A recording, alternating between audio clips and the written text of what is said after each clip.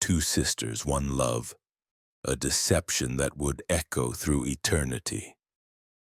In the flickering lamplight of an ancient tent, hands tremble as they lift a wedding veil. The bride beneath is not who she appears to be. Outside, the desert wind carries whispers of a secret so profound it has been buried beneath centuries of misunderstanding. This is not the story you learned in Sunday school. This is not the simple tale of rivalry and romance that has been told for generations. This is the hidden truth of Rachel and Leah, two women whose love, sacrifice, and spiritual warfare shaped the destiny of nations. What if everything you thought you knew was wrong? What if the woman labeled as unloved was actually the chosen one? What if the beautiful sister's greatest act was not winning a man's heart, but breaking her own to save another? Tonight we uncover the conspiracy of silence that has concealed one of history's most extraordinary stories. A story of divine intervention disguised as human drama. A story of two sisters who didn't just compete for a husband, but collaborated in ways that would stun the ancient world and challenge everything we believe about love, sacrifice, and destiny. The veil is about to be lifted, the truth is about to be revealed, and nothing will ever be the same.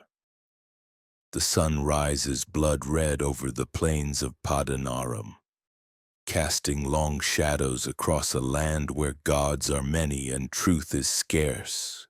This is Upper Mesopotamia, 4,000 years ago, where the great civilizations of Babylon and Assyria cast their influence across trading routes that stretch from the Euphrates to the Nile. In this world of dust and dreams, two sisters wake each morning to a reality that would terrify modern hearts. Women are currency. Marriage is transaction. Love is luxury few can afford. Yet in the household of Laban the Aramean, something different stirs in the morning air. Leah opens her eyes first, as she always does. Her gaze, soft and contemplative, searches the dim interior of the tent she shares with her younger sister. Those eyes, described by ancient scribes as tender, carry a weight that goes far deeper than simple weakness. They are the eyes of a woman who has seen too much, felt too deeply, prayed too long. Rachel sleeps still, her beauty unmarred by the concerns that keep her elder sister wakeful. Even in slumber, she radiates the kind of effortless grace that makes shepherds stop their work and merchants forget their bargaining. Her name means you, but she is no gentle lamb. There is steel beneath the silk, a determination that will soon shake the foundations of everything her family believes about fate and faith. The household of Laban operates like a small kingdom in this vast wilderness. Herds of sheep and goats stretch across the horizon, their bleating a constant soundtrack to daily life. Wells are precious here, marked and guarded, for water means survival, and survival means power. The tents are arranged in careful hierarchy, with Laban's dwelling at the center, surrounded by the quarters of his wives, children, and servants. But this is no ordinary merchant family. Laban carries the blood of Abraham's brother Nahor, making him nephew to the great patriarch who abandoned these very lands to follow an invisible God's promise. That connection pulses through every conversation, every decision, every glance toward the southern horizon where their famous relative once walked. In this world, daughters are investments waiting to mature. A father calculates their worth not in affection but in alliances, in the bride price they might command, in the security their marriages might provide. Laban watches his daughters with the calculating eye of a businessman. But even he cannot foresee the cosmic drama that will soon unfold within his own family. Leah knows she is not the favorite. How could she not know? When traveling merchants arrive and ask to see Laban's daughters, their eyes skip past her to linger on Rachel. When neighboring families speak of potential marriages, it is always Rachel's name that comes first. When her father speaks of the future, his voice carries hope for Rachel and duty for Leah. Yet Leah possesses something her sister lacks: a direct line to heaven itself. Her tender eyes are not weak from crying over vanity or self-pity. They are weak from tears shed in desperate prayer, from nights spent pleading with the God of her great-uncle Abraham to spare her from a fate worse than death. For Leah knows a secret that chills her blood. According to the whispered traditions of their family, she is destined to marry Esau, the wild hunter who sold his birthright for a bowl of stew. The thought fills her with such horror that she weeps until her eyes grow dim, praying with an intensity that would shame the priests of distant temples. Rachel, blessed with beauty but unaware of the spiritual battles raging around her, tends their father's flocks with unconscious grace. She moves through her days like music made visible, her laughter echoing across the pastures, her smile brightening even the weathered faces of the oldest shepherds. She is beloved, protected, cherished, yet somehow innocent of the power she wields. The two sisters exist in parallel worlds within the same household. Leah inhabits a realm of prayer and prophecy, where every sunrise brings fresh hope that God might answer her desperate petitions.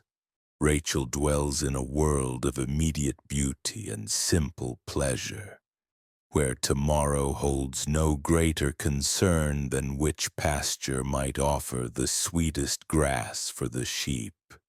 Neither sister knows that their lives are about to intersect with a story larger than their individual dreams.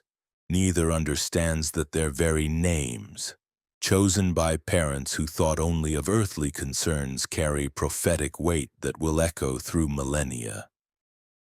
Rachel, the ewe who will shepherd nations. Leah, whose name means weary, but who will find rest only after birthing princes and priests. The morning sun climbs higher, burning away the cool mercy of dawn. In a few hours, a dusty traveler will appear at their well, rolling away a stone too heavy for ordinary men to move. He will water Rachel's sheep with hands that shake not from effort but from recognition.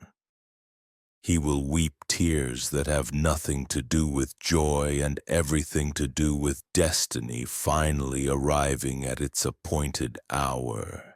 But for now, in these last moments of innocence, two sisters prepare for another ordinary day in an extraordinary world. Leah braids her hair with careful fingers, whispering prayers her sister cannot hear. Rachel hums melodies that seem to rise from the earth itself, unconscious of the cosmic forces gathering around her family's small corner of creation. The stage is set. The players are in position.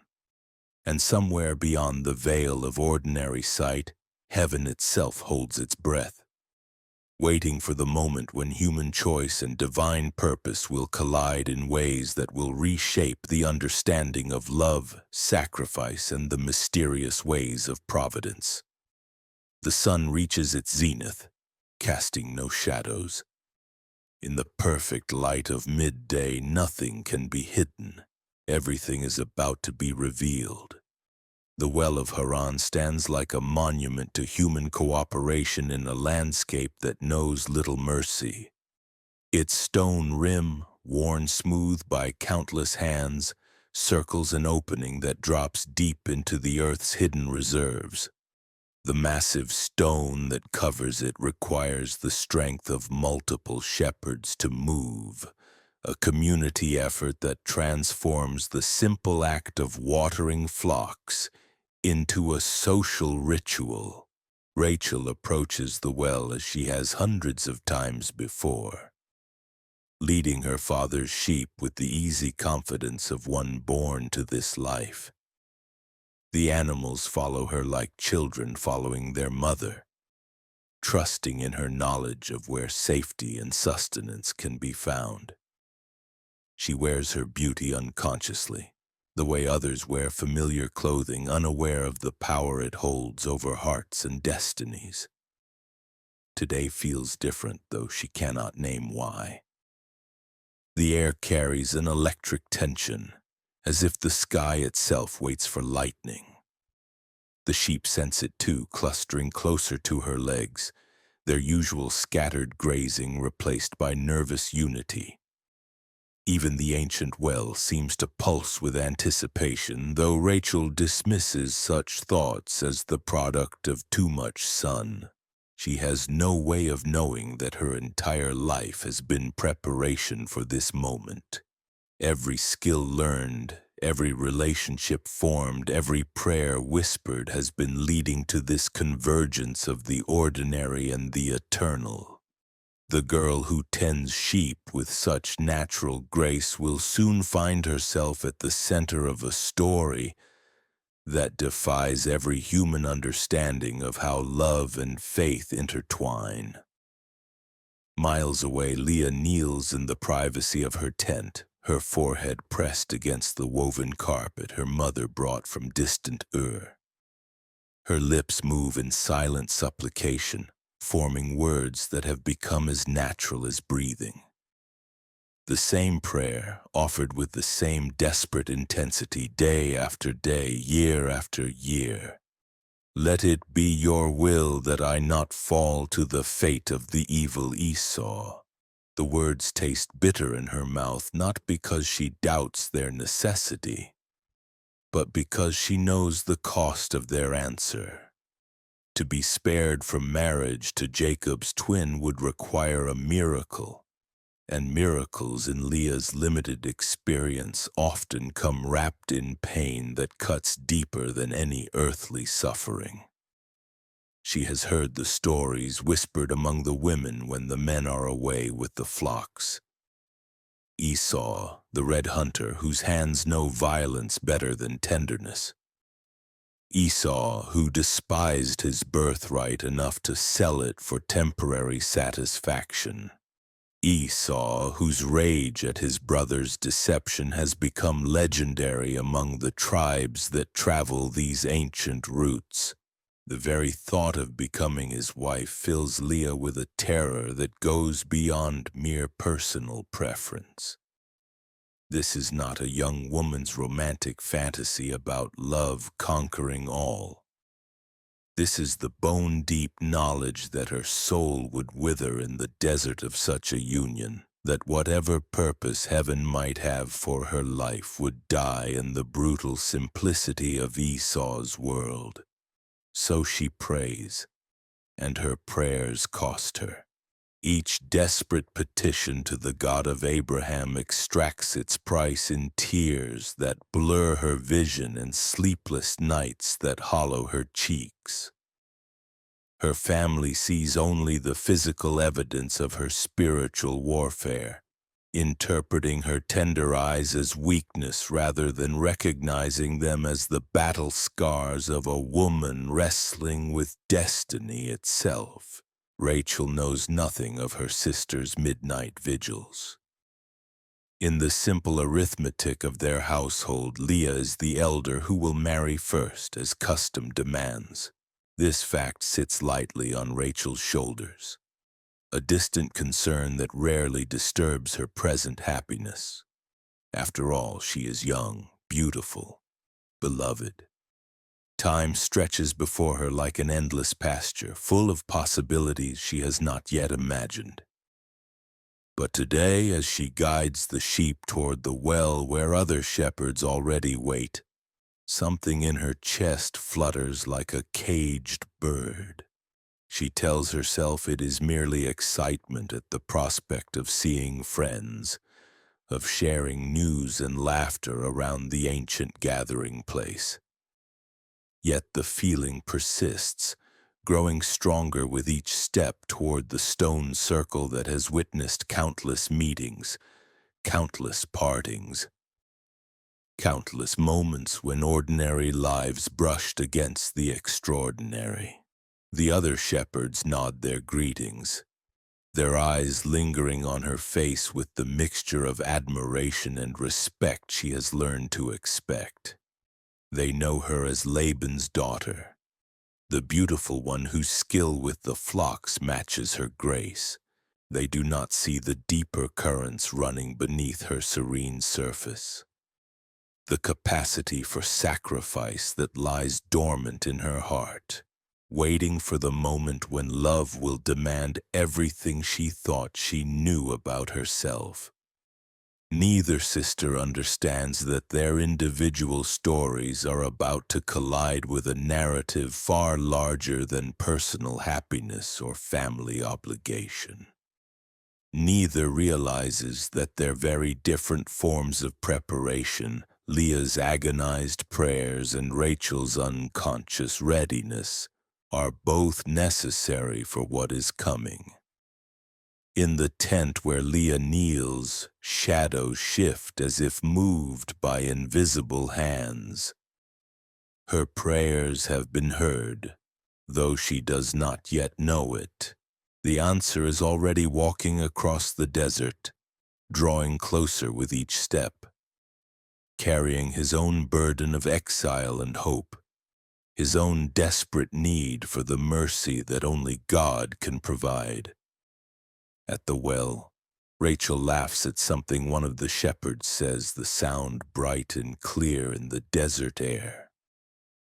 She has no idea that her laughter is about to be interrupted by an encounter that will redefine everything she believes about love, duty, and the mysterious ways Providence shapes human hearts. The stone over the well waits to be moved. The sheep wait to drink.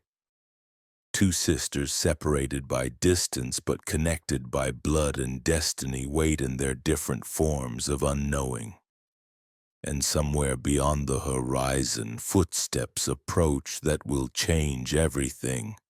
The morning light grows stronger, burning away the last cool shadows of dawn.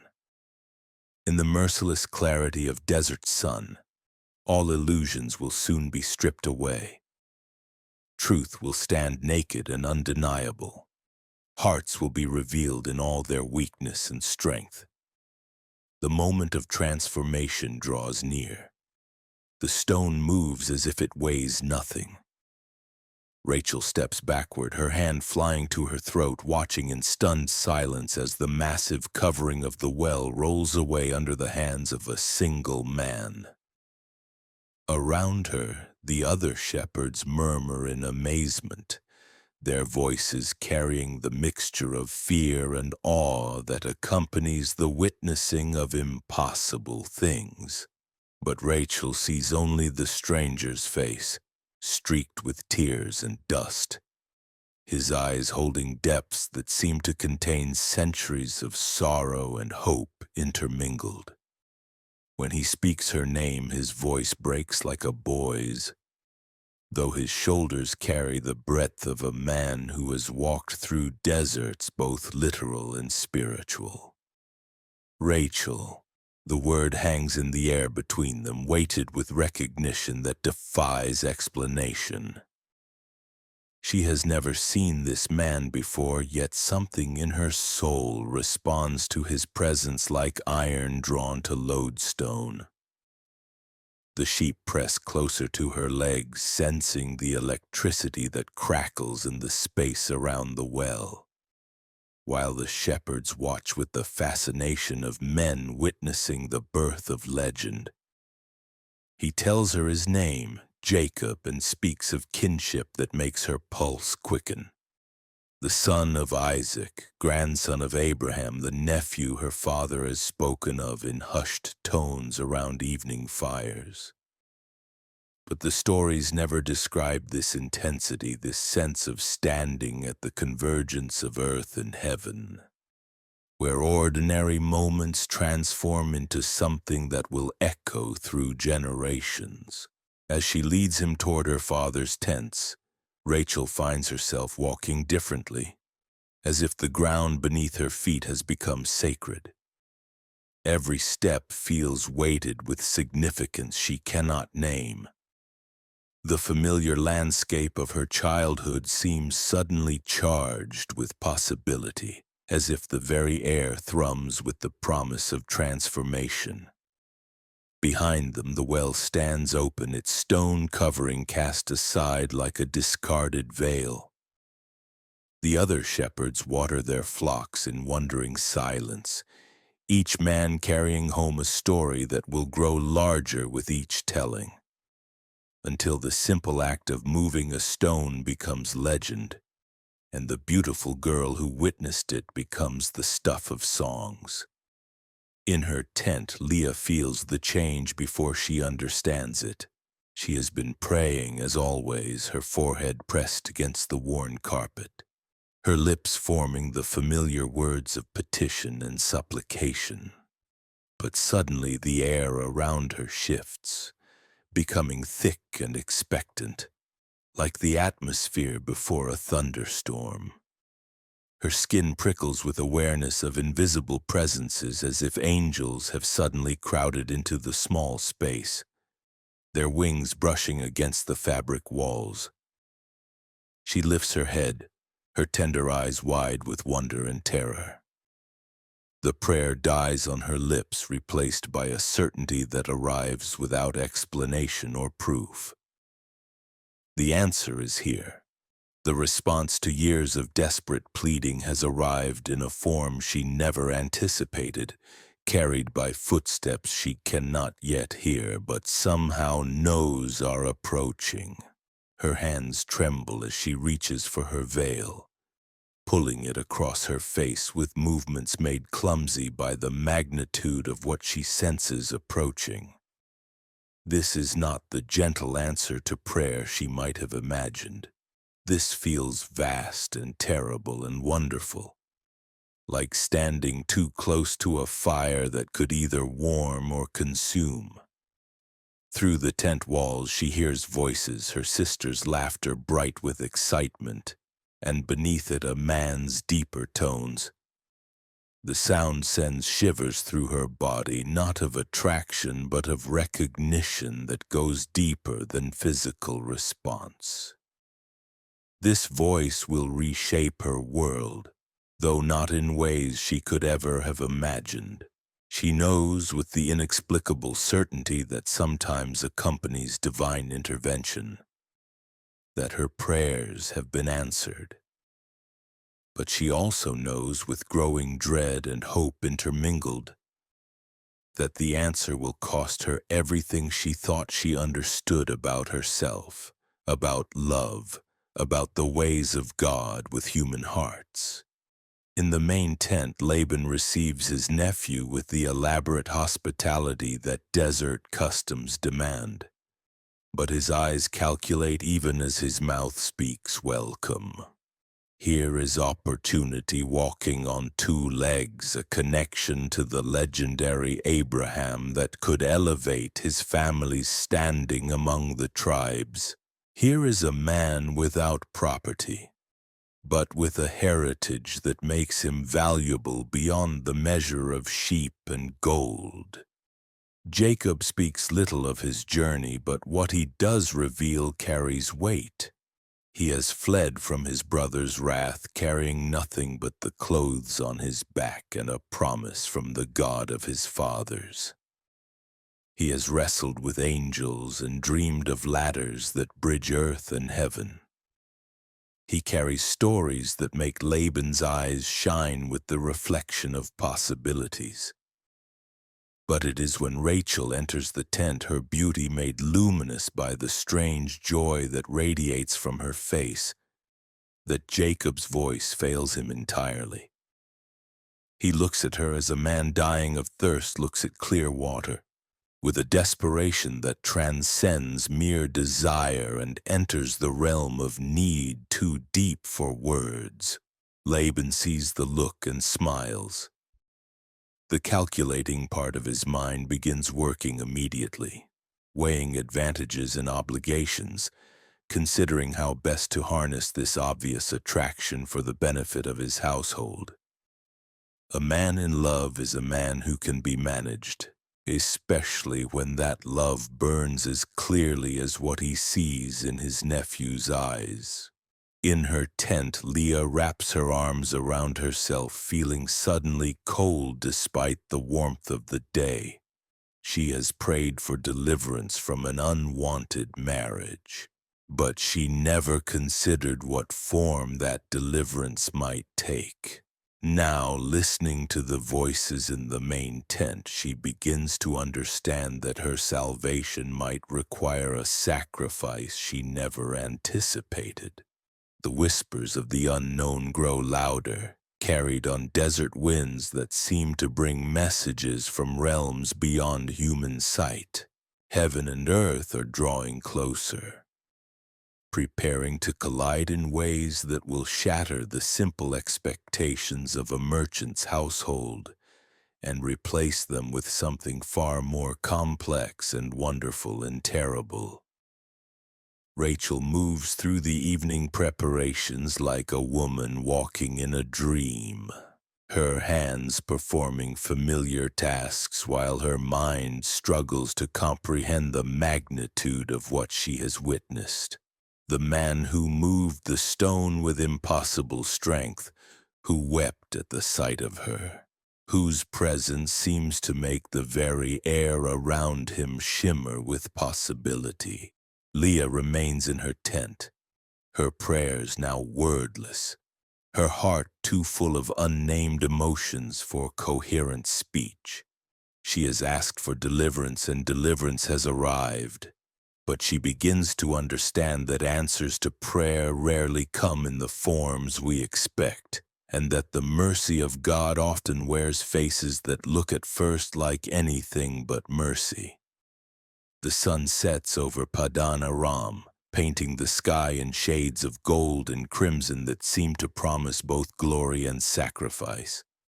In the growing darkness, two sisters prepare for sleep, neither knowing that their dreams tonight will be haunted by visions of a future that will demand from each of them a love larger than they ever thought themselves capable of giving.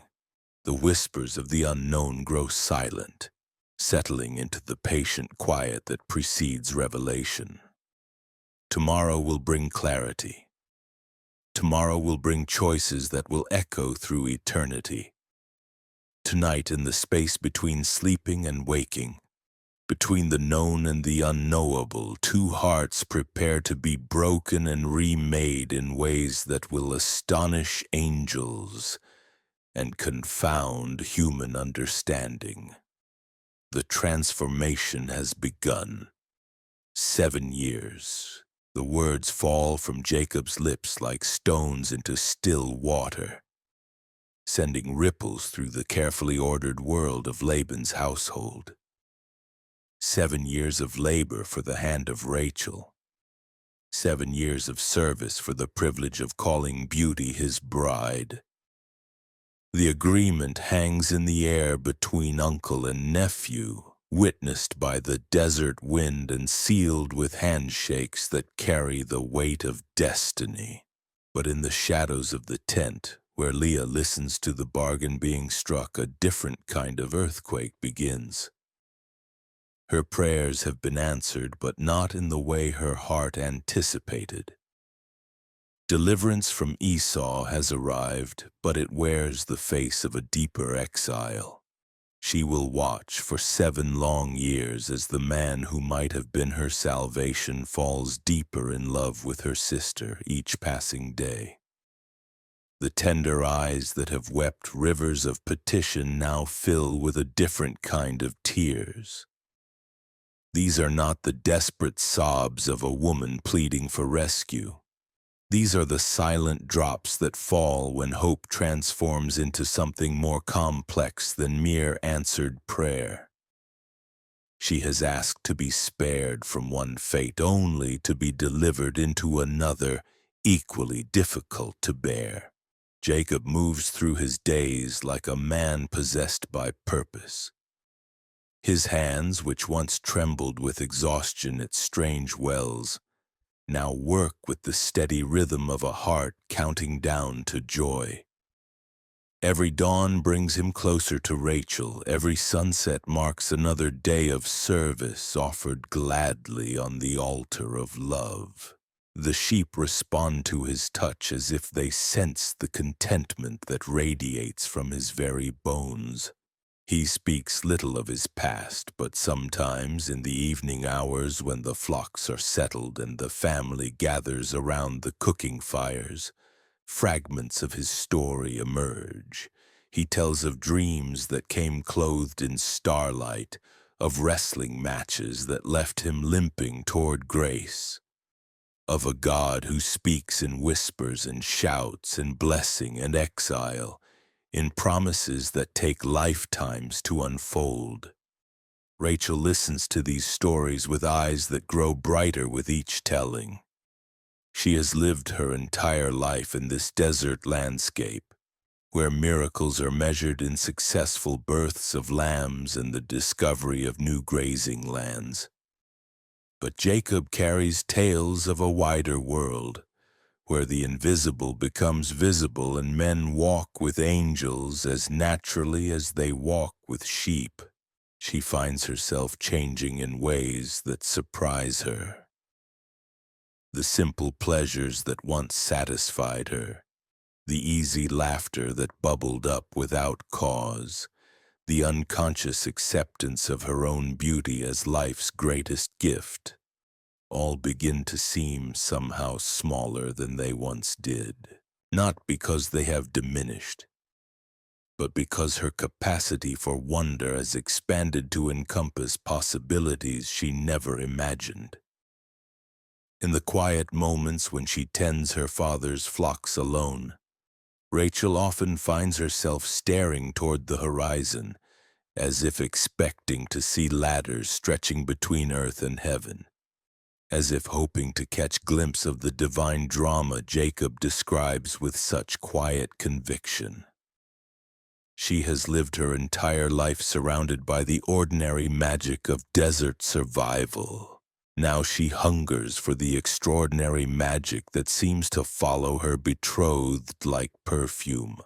Leah watches this transformation with the complicated mixture of love and loss that only sisters can understand. She sees Rachel's beauty deepen into something more luminous than mere physical perfection. She witnesses her younger sister's gradual awakening to mysteries that Leah has wrestled with in prayer since childhood. The irony cuts deep, that Rachel should discover the sacred through romantic love while Leah has sought it through desperate supplication. Yet something unexpected begins to bloom in Leah's heart as the months pass. Watching Jacob work, seeing the integrity with which he approaches every task, witnessing the respect he shows to all members of the household regardless of their station, she begins to understand why her prayers might have been answered in this particular form. This is not just any man who will take her sister from her. This is a man worthy of the cosmic drama that seems to surround his every breath. The seasons cycle through their ancient patterns. Spring brings new lambs and the fresh green of unexpected rain. Summer blazes with heat that drives the flocks to seek shade in the middle hours of each day. Autumn arrives with cooler nights that make the stars seem close enough to pluck from the sky. Winter brings the kind of cold that makes huddling around fires not just comfort, but necessity. Through it all, Jacob works with the steady devotion of a man who has found his center. His hands grow calloused from handling ropes and tools. His skin darkens under the relentless sun. His body learns the rhythms of a life lived close to the earth. But his eyes never lose their focus on the future he is earning with each passing day. Laban watches this devotion with the satisfaction of a man who has made an excellent bargain. 7 years of labor from a man of Jacob's capabilities is worth far more than any bride price he might have demanded in silver or gold. But more than that, he sees in his nephew the kind of character that will bind their families together in ways that transcend mere business arrangements. The household prospers under Jacob's care. The flocks multiply with unusual success. The wells yield water even in the driest seasons, and a sense of blessing seems to settle over their tents like morning dew. Servants who once grumbled about their tasks begin to work with renewed purpose. Visitors comment on the atmosphere of peace that pervades Laban's domain. But peace, as Leah has learned through years of midnight wrestling with the divine, is not the absence of struggle. It is the presence of purpose that makes struggle meaningful.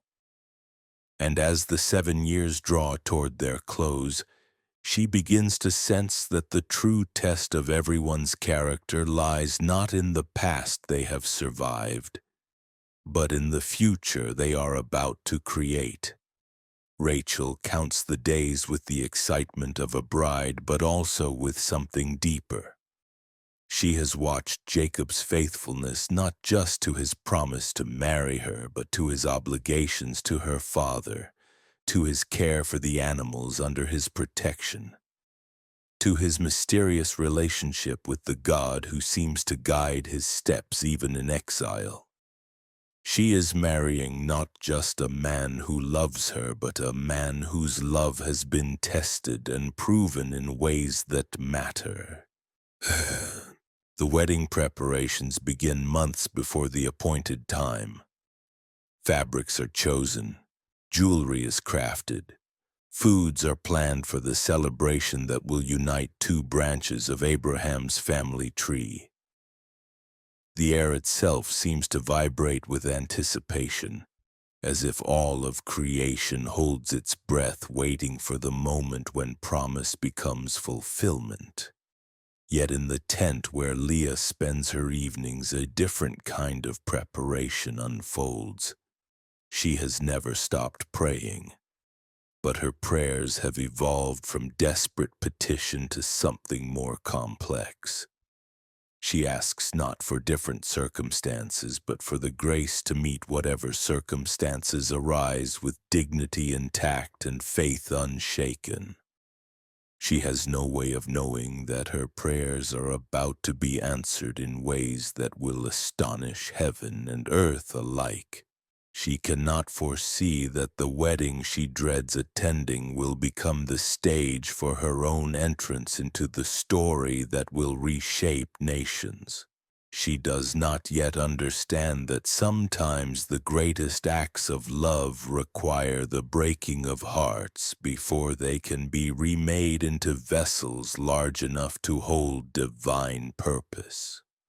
The 7th year draws toward its close like a slow-burning candle approaching the end of its wick. The flame grows brighter as it prepares to transform into something beyond flame. Something that will outlast the wax and wick that gave it form. Everything is about to change. Everything is about to be revealed. The encounter beyond words is reaching its crescendo, where human plans collide with divine purposes, where the carefully constructed expectations of 7 years meet the mysterious ways of a God who writes straight with crooked lines. The wedding night approaches. and with it the moment when 3 lives will be forever altered by choices that echo through eternity. The wedding feast blazes with light and laughter, but in the women's quarters tears fall like desert rain. Precious and rare and transformative, Rachel sits before the bronze mirror that belonged to her grandmother, her hands trembling as she adjusts the delicate circlet of silver that crowns her dark hair. 7 years of waiting have led to this moment. 7 years of watching Jacob's love deepen and mature like wine aging in earthen jars. Tonight she will become his wife, the fulfillment of promises made beside ancient wells and sealed with labor that transformed exile into anticipation. But across the tent, separated by hanging curtains and a gulf of understanding that neither sister can bridge, Leah faces the mirror of her own soul and sees reflected there a truth that will demand everything she thought she knew about love, sacrifice, and the mysterious ways of divine providence. The secret signs had seemed innocent enough when Jacob first whispered them to Rachel in the early days of their courtship. Simple words, gentle touches, small intimacies that would ensure on their wedding night that no deception could mar their union. In a world where fathers sometimes played dangerous games with their daughters' futures, such precautions felt like wisdom wrapped in romantic devotion. Rachel had shared these signs with her sister in the unconscious way that women share secrets, never dreaming that knowledge given in trust would become the instrument of transformation neither could foresee. Leah listened with the patient attention of one who has learned that every detail of human experience carries potential significance. But she could not have imagined how prophetic her attention would prove to be. Now, as the celebration reaches its crescendo in the main tent, as Jacob's voice rises in songs that speak of love triumphant and promises fulfilled, Leah kneels in the privacy of her chamber and wrestles with an angel of choice that has appeared without warning or preparation. The plan, when Laban first revealed it to her, struck like lightning illuminating a landscape she had never seen before. Custom demanded that the elder daughter marry first, but custom had been bent before by families with sufficient motivation. What her father proposed went beyond mere social convention into territory that would require courage of a kind Leah had never been asked to demonstrate. She would take Rachel's place beneath the wedding veil. She would receive the vows meant for another. She would become bride to a man whose heart belonged entirely and utterly to her sister. And she would do this not for personal gain, but for reasons that reach deeper than individual desire into the realm where divine purpose intersects with human choice. The impossibility of the mission reveals itself in layers, each more daunting than the last. To deceive Jacob would require not just physical disguise but emotional restraint that defies nature itself. To participate in her sister's heartbreak would demand a hardness of heart that contradicts everything Leah has learned about love through years of prayer and longing. To step into a marriage built on deception would mean beginning her most intimate relationship with a lie that could poison every moment of joy they might hope to share. Yet beneath these surface impossibilities lies a deeper calling that Leah recognizes with the part of her soul that has been trained through suffering to hear the whispers of heaven even in the midst of earthly chaos. This is not mere family politics or patriarchal manipulation. This is the hand of the God she has petitioned, moving in ways too complex for human understanding to grasp fully. She remembers her prayers offered night after night in the darkness of her tent. Let it be your will that I not fall to the fate of the evil Esau. The words echo in her memory with new resonance, carrying meanings she could not have foreseen when desperation first forced them from her lips. She had prayed for deliverance from an unwanted marriage, never imagining that the answer might require her to enter a different unwanted marriage, one that would demand from her a love larger than personal happiness. In the main tent, Jacob's joy radiates like heat from a forge. He moves among the wedding guests with the easy grace of a man who has found his place in the world, accepting congratulations and sharing stories with the unconscious generosity of one whose cup overflows. He has worked 7 years for this night, and those years feel now like preparation not just for marriage but for the fullness of life itself. He speaks of Rachel with the reverence of a man who has discovered something sacred in the ordinary world of sheep and wells and desert sunsets. Her beauty has been the lamp that lit his way through the darkness of exile. Her laughter the music that made labor feel like worship. He has memorized every gesture she makes, treasured every word she speaks, until love has become a language he speaks with fluency that surprises even himself. The guests respond to his happiness with the warm approval that accompanies the witnessing of right relationships rightly consummated. Here is a man who has proven his devotion through service, who has earned his bride through faithfulness, who enters marriage not as conquest but as covenant. The celebration takes on an almost sacred quality, as if the desert itself joins in blessing this union of hearts that have found each other across the vast loneliness of the world. But in her tent, Rachel faces a choice that will define not just her own character, but the trajectory of a story larger than personal romance. Laban has revealed his plan to her as well, not as command but as request that acknowledges the sacrifice he asks her to make. She can refuse. She can insist on her right to marry first, claim the love that has been earned through 7 years of faithful service, step into the joy that has been prepared for her like a feast laid out in expectation of her arrival. Or she can step aside and allow her sister to receive what was meant for her, not because justice demands it, but because mercy sometimes requires us to give up our rights in service of purposes we cannot fully comprehend. The choice tears at her like claws raking across unprotected flesh. This is not the gentle sacrifice of sharing a favorite dress or yielding the best seat at the table.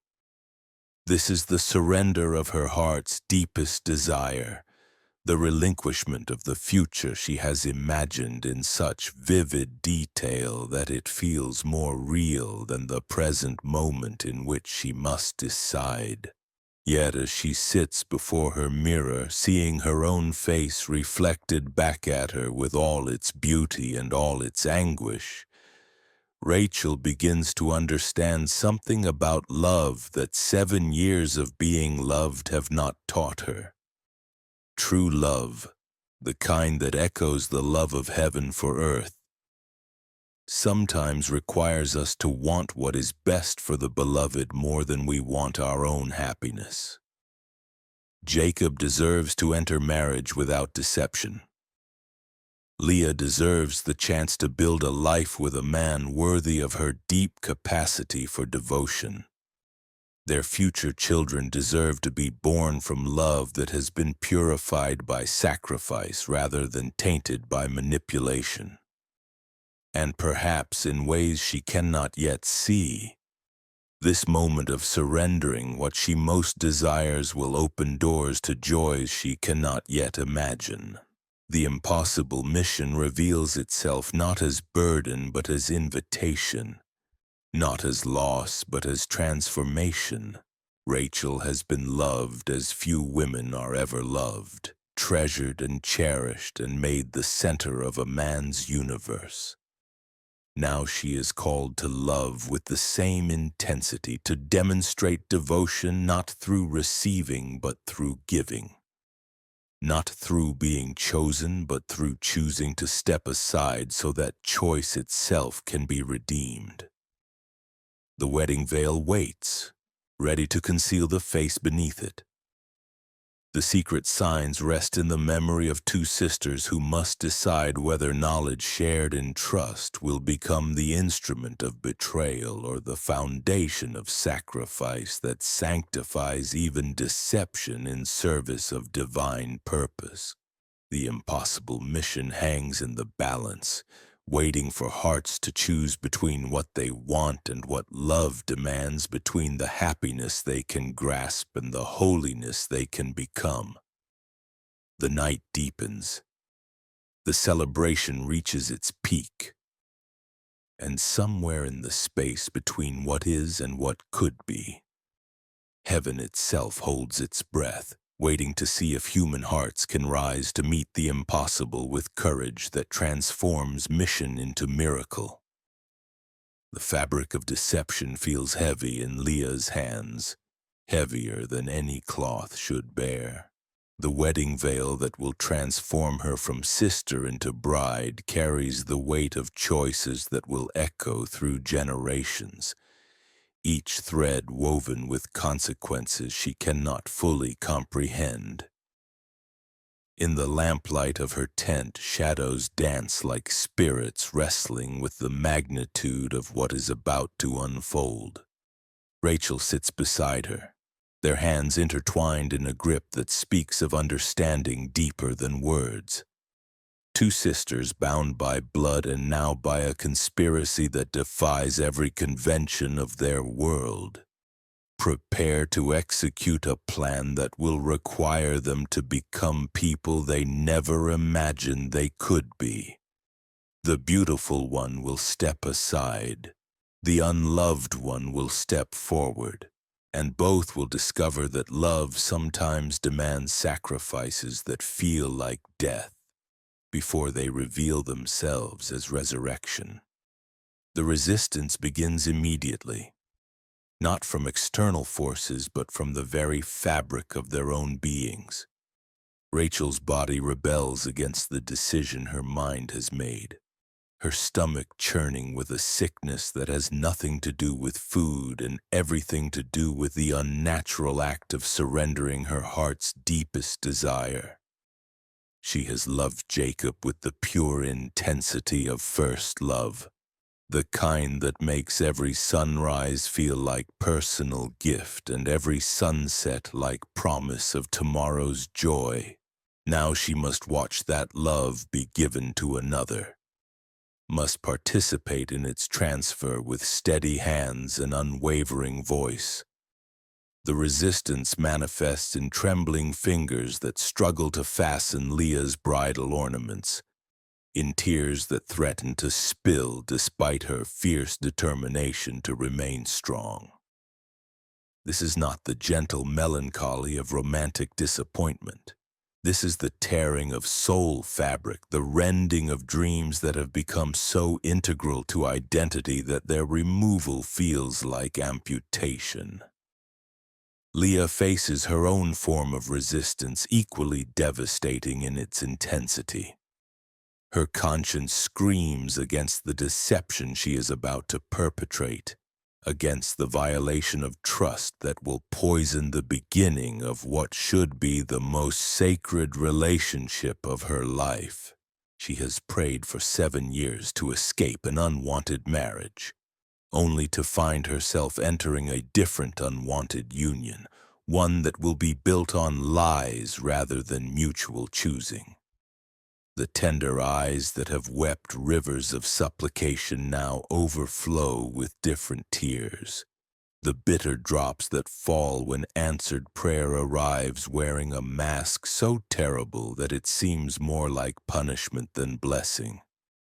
She will have Jacob, yes, but she will have him through deception that makes her stomach clench with shame. She will become his wife, but the joy that should accompany such elevation feels tainted by the knowledge of how it was achieved. Yet beneath the surface resistance of flesh and emotion, both sisters sense the presence of something larger than their individual pain. This moment feels orchestrated by forces beyond human manipulation, guided by purposes that transcend personal happiness or family politics. The God who spoke to their great-uncle Abraham, who wrestled with Jacob beside foreign streams, who opens wombs and closes them according to divine timeline rather than human desire, seems to move through their tent like wind through wheat, bending them toward destinies they would never choose but cannot ultimately refuse. The wedding guests know nothing of the drama unfolding in the women's quarters. They celebrate with the uncomplicated joy of those who believe they witness simple romance reaching its natural conclusion. Jacob moves among them like a man intoxicated by happiness, his face bright with anticipation that makes even the oldest guests remember their own wedding nights with renewed tenderness.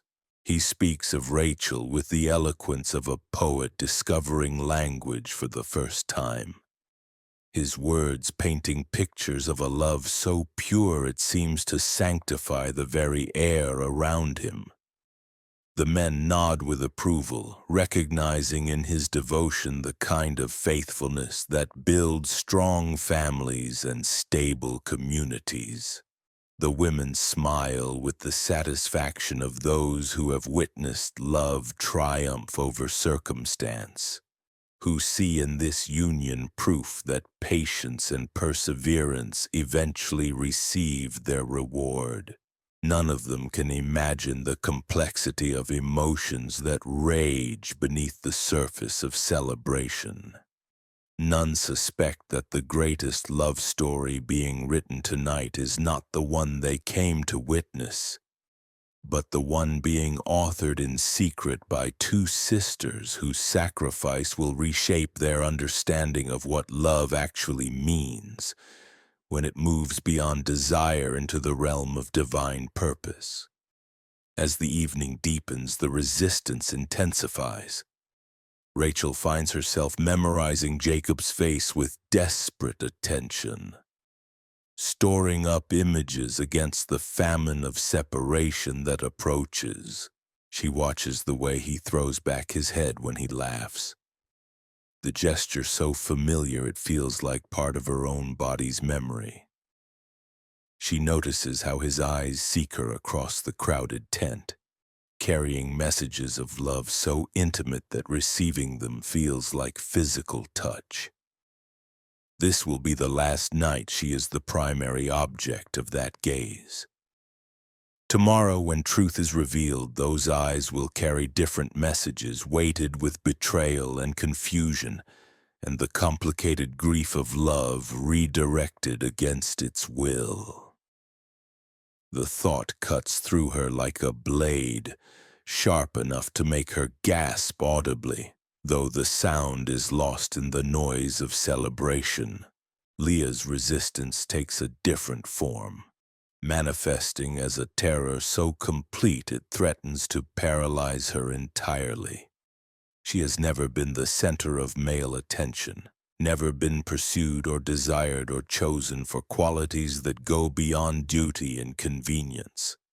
The prospect of becoming bride to a man like Jacob, of receiving the full focus of his intensity, even if that intensity is misdirected, fills her with panic that has nothing to do with modesty and everything to do with the knowledge of her own inadequacy for such a role. She knows herself to be a woman of prayer and contemplation, more comfortable with silence than celebration, more at home in the hidden places where hearts commune with heaven than in the bright spaces where human joy displays itself without shame. Jacob is a man of vision and purpose, someone who has wrestled with angels and received promises that will reshape the destiny of nations. What business does she have becoming partner to such a man, even through deception that grants her access to a position she could never earn through merit? The resistance reaches its crescendo as the moment of truth approaches. The wedding feast draws toward its natural conclusion, the guests beginning to make the subtle preparations that precede the ceremonial transfer of bride to bridegroom's tent. Custom demands privacy for what follows, the sacred intimacy that will seal vows spoken in public with union accomplished in secret. Rachel's hands shake so violently she can barely hold the perfume oil she attempts to apply to her sister's skin. Each drop feels like liquid sacrifice, anointing Leah for a role that should belong to the younger sister by right of love and labor and 7 years of faithful waiting. The familiar fragrance, chosen specifically for this night's celebration, now carries associations that will forever make its scent a reminder of love surrendered rather than love claimed. Leah closes her eyes as the oil touches her skin, each application feeling like preparation for sacrifice rather than celebration. She thinks of lambs brought to ancient altars, how they must have trembled beneath the hands that prepared them for offering. The comparison feels apt rather than dramatic, for she senses that what is about to happen will indeed require the death of something, the end of one form of existence and the beginning of another that she cannot yet envision clearly. The veil settles over her face like a shroud, its fine fabric creating a barrier between her and the world that feels both protective and imprisoning. Beneath its concealment, she can breathe without being seen, can let her terror show without betraying the plan that depends on her ability to maintain composure. The veil that should symbolize joy and new beginning feels instead like the last refuge of a woman about to step off a cliff into space, trusting that divine hands will catch her before she hits the ground. Yet in the midst of resistance so intense it threatens to shatter both sisters' resolve, something else begins to emerge. A certainty that arrives without fanfare or explanation, settling into their hearts like morning dew appearing overnight on desert plants. This is right. Not in any human sense of rightness that could be explained to those who demand logic and fairness, but in the deeper sense that recognizes divine authorship even when the story being written seems to make no earthly sense. Rachel feels it first, a peace that passes understanding settling over her trembling spirit like a mantle woven from stars. Her tears do not stop, but they change quality, becoming the tears of surrender rather than resistance, the weeping of one who has fought a good fight and can now rest in the knowledge that she has chosen correctly even though the choice tears her heart in two. Leah experiences the same transformation. her terror gradually giving way to a quiet strength that seems to rise from some hidden well within her soul. The veil no longer feels like concealment but like armor, protection for a warrior about to enter battle for stakes higher than personal happiness. She is not deceiving Jacob out of selfishness or family politics. She is participating in a divine drama that requires her to play a role she never auditioned for but for which she begins to understand she has been preparing her entire life. The age of resistance draws toward its close. As acceptance dawns in hearts that have been broken open wide enough to hold purposes larger than individual desire, two sisters stand on the threshold of transformation, their hands joined in covenant that transcends blood relationship and enters the realm where human choice aligns with heavenly purpose. The celebration reaches its final crescendo outside their tent, voices raised in songs that speak of love triumphant and promises fulfilled. Inside, two women prepare to redefine those very concepts, to demonstrate that sometimes love's greatest triumph requires its apparent defeat, that sometimes promises are fulfilled in ways that break the hearts that made them before healing them with wisdom that could come no other way. The resistance has been fierce, but it has also been purifying, burning away everything that was merely human preference to reveal the divine purposes that lay hidden beneath the surface of their desires. What emerges from this fire will be something new, something neither sister could have imagined when this night began, something that will astonish heaven and earth with its beauty and its cost. The age of resistance ends, the age of sacrifice begins, and in the space between ending and beginning, two hearts prepare to discover what love actually means when it grows large enough to hold the purposes of eternity within its embrace. Silence falls over the desert like a held breath, thick and expectant, as if creation itself pauses to witness what is about to unfold. The wedding feast has ended. The guests have departed to their tents, and the lamplight that illuminated celebration now casts long shadows that seem to reach toward mysteries too profound for daylight understanding. In the space between what was and what will be, three souls prepare to discover that the most transformative moments in human history often arrive disguised as ordinary darkness. Jacob walks through the night air with steps that carry him toward what he believes will be the fulfillment of 7 years of dreaming. His heart beats with the steady rhythm of a man whose waiting is about to end, whose labor is about to receive its promised reward. He has memorized this moment in advance, imagined it so many times that the reality feels like stepping into a vision that has haunted his sleep with its sweetness. The tent that awaits him glows softly from within, lit by oil lamps that cast dancing patterns on fabric walls. He can see the silhouette of the woman who waits inside, her form made graceful by expectation, her presence filling the space with promise that makes his throat tight with emotion. 7 years have led to this threshold, 7 years of proving himself worthy of love that seemed too beautiful for mortal man to claim. But inside the tent, beneath veils that conceal more than faces, a different drama unfolds. Leah kneels in darkness deeper than mere absence of light. Darkness that seems to emanate from the magnitude of deception she is about to perpetrate.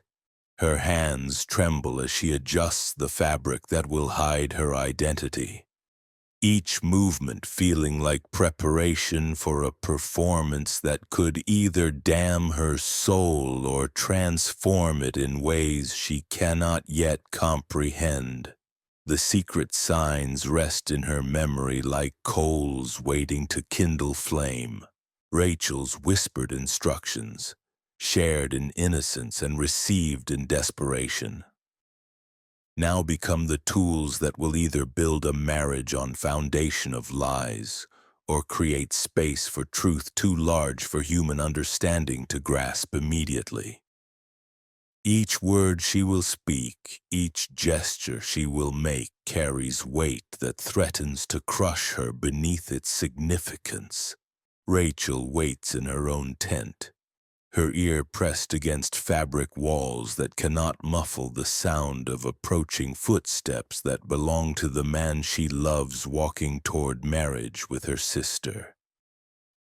The pain that cuts through her chest feels physical, as if invisible hands reach inside her rib cage and squeeze until breathing becomes an act of will rather than instinct.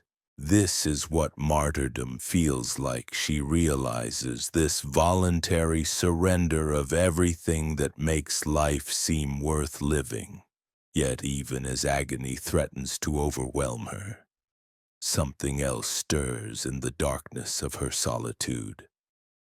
A presence that feels both familiar and utterly foreign, as if the God who spoke to her great-uncle Abraham and wrestled with Jacob beside strange streams now moves through her tent with steps too gentle to hear but too powerful to ignore.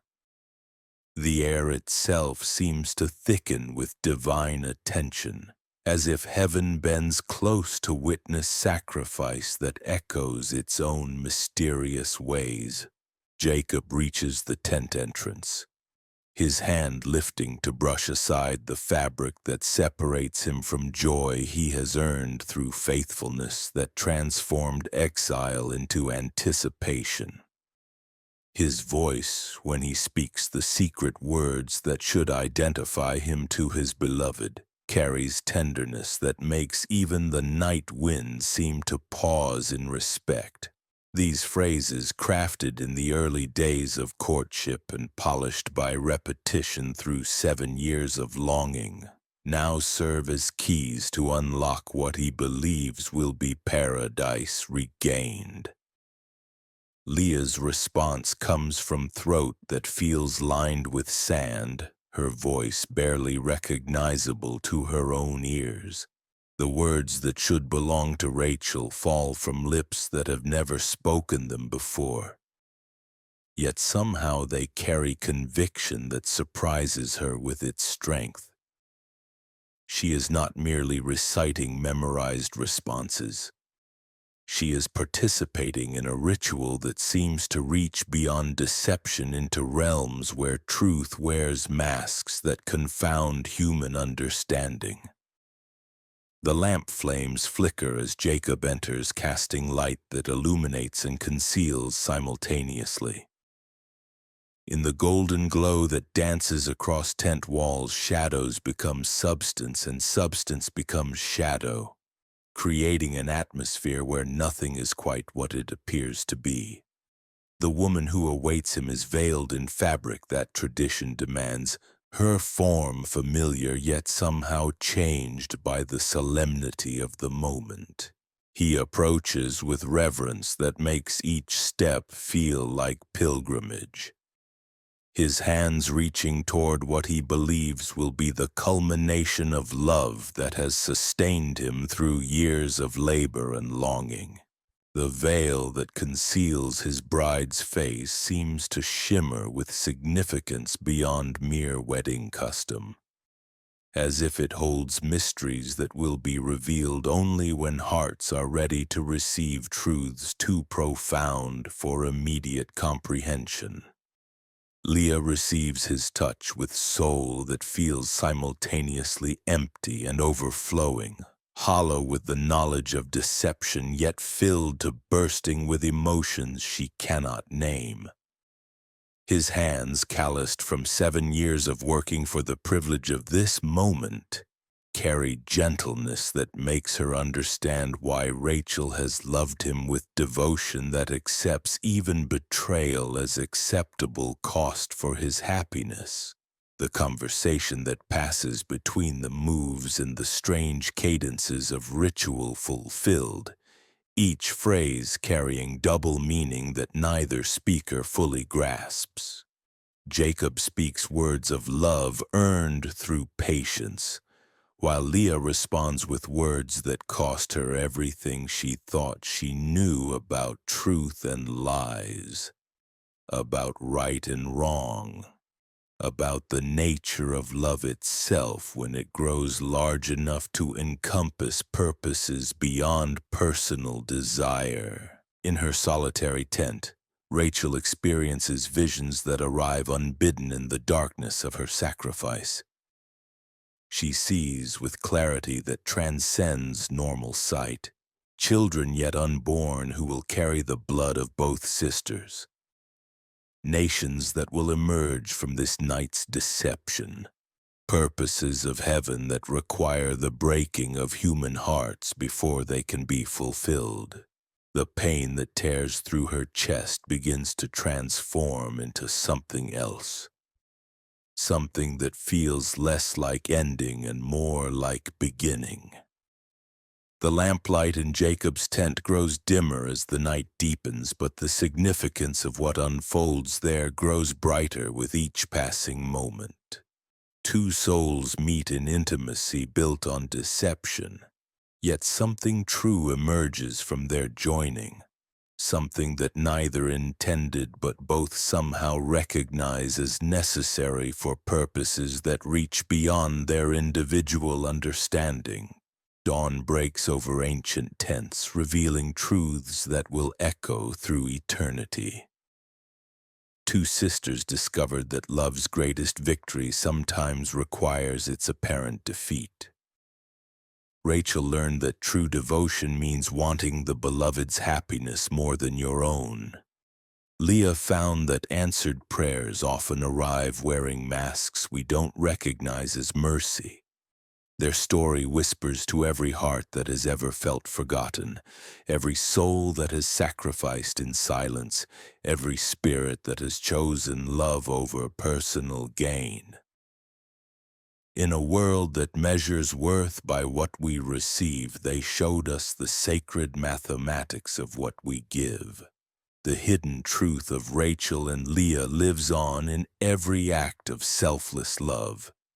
Every moment when someone steps aside so another can step forward. Every time a heart breaks open wide enough to hold purposes larger than its own desires. Their legacy reminds us that the greatest stories are often written not by those who take the spotlight, but by those who ensure others can shine.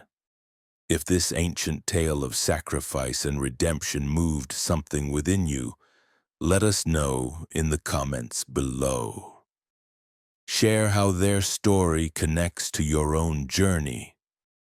And don't forget to subscribe for more hidden truths that reveal the extraordinary within the ordinary, the sacred within the human, the eternal within the temporal.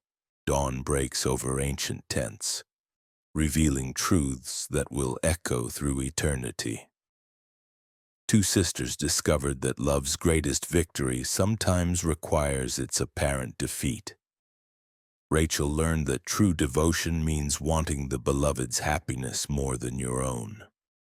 Leah found that answered prayers often arrive wearing masks we don't recognize as mercy. Their story whispers to every heart that has ever felt forgotten, every soul that has sacrificed in silence, every spirit that has chosen love over personal gain. In a world that measures worth by what we receive, they showed us the sacred mathematics of what we give. The hidden truth of Rachel and Leah lives on in every act of selfless love. Every moment when someone steps aside so another can step forward. Every time a heart breaks open wide enough to hold purposes larger than its own desires. Their legacy reminds us that the greatest stories are often written not by those who take the spotlight, but by those who ensure others can shine. If this ancient tale of sacrifice and redemption moved something within you, let us know in the comments below. Share how their story connects to your own journey. And don't forget to subscribe for more hidden truths that reveal the extraordinary within the ordinary, the sacred within the human, the eternal within the temporal.